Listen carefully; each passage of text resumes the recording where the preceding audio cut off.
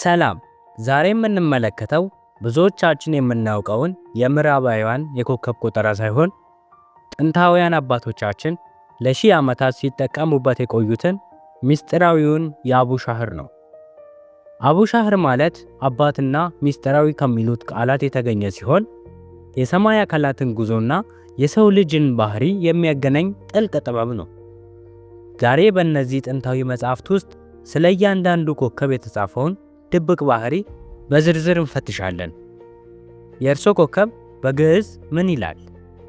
ባህሪውስ ምንድነው? አብረን እንይ።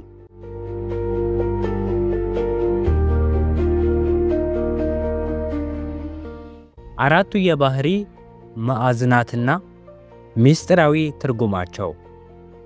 አንደኛ፣ የእሳት ባህሪ ሐመል፣ አሰድ፣ ቀውስ። እንደ ፀሐይ ብርሃን ሰጪ፣ እንደ እሳተ ገሞራ ኃይለኛ። እነዚህ ሰዎች ባለ ግርማ ይባላሉ። በንግግራቸው ሰውን የማሳመን ትልቅ ተሰጥኦ አላቸው። ውስጣቸው በጣም የህዋ ነው። ነገር ግን ክብራቸውን የሚነካ ነገር ሲመጣ እንደ እሳት ይፋጃሉ። ለቤተሰቦቻቸው እንደ ጋሻ ናቸው። ሁለተኛ፣ የመሬት ባህሪ ሰውር፣ ሰንቡላ፣ ጀዲ። እንደ ተራራ የጸና፣ እንደ መሬት ሁሉን ቻይ። ባለ ርስት ወይም ታማኝ ይባላሉ። ነገሮችን በስርዓት መምራት ይወዳሉ። በጣም ምስጢራዊ ናቸው። ሐሳባቸውን ለሰው ቶሎ አያካፍሉ። ለገንዘብና ለንብረት ጥንቁቅ ናቸው። ነገር ግን ለወደዱት ሰው ያላቸውን ሁሉ ይሰጣሉ። ሶስተኛ፣ የነፋስ ባህሪ ጋውዝ፣ ሚዛን፣ ደለዊ። እንደ ነፋስ የማይጨበጥ፣ እንደ አየር በሁሉ ቦታ የሚገኝ። ባለ ልሳን ወይም ተናጋሪ ይባላሉ። ዕውቀትን ፍለጋ ከሀገር ሀገር መዞር ይወዳሉ። በአንድ ሐሳብ ላይ መቆየት ይከብዳቸዋል። ዛሬ የወደዱትን ነገ ሊጠሉት ይችላሉ። ነገር ግን በጣም ብልህና የሰውን ውስጣዊ ስሜት ቶሎ የሚረዱ ናቸው። አራተኛ፣ የውሃ ባህሪ ሸርጣን፣ አቅራብ፣ ሁት። እንደ ባህር ጥልቅ፣ እንደ ምንጭ አርኪ። ባለ ራእይ ይባላሉ። በህልማቸው ወይም በምናባቸው የሚመጣላቸው ነገር ብዙ ጊዜ ይደርሳል።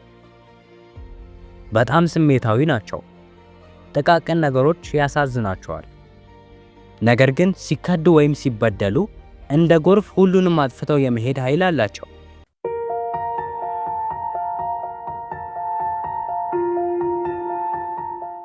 ሌላው አስገራሚ ነገር በአቡሻህር ስሌት እያንዳንዱ ኮከብ የራሱ ቤት አለው። ለምሳሌ ፀሐይ የአሰድ ወይም ሊዮ ቤት ናት። ይህ ማለት አሰዶች በተፈጥሯቸው መሪና ብርሃን ሰጪ እንዲሆኑ ታስቦባቸዋል ማለት ነው። እንዲሁም ጥንታውያን ኢትዮጵያውያን ኮከብን ከጤና ጋር ያያይዙት ነበር። ለምሳሌ የእሳት ኮከብ ያላቸው ሰዎች ለራስ ምታት፣ የውሃ ኮከቦች ደግሞ ለሆድ ህመም ተጋላጭ እንደሆኑ በመጽሐፍቱ ተጠቅሷል። እንግዲህ ይህ ስለ ጥንታዊው የከዋክብት ጥበብ ያለን መረጃ ጥቂቱ ነው።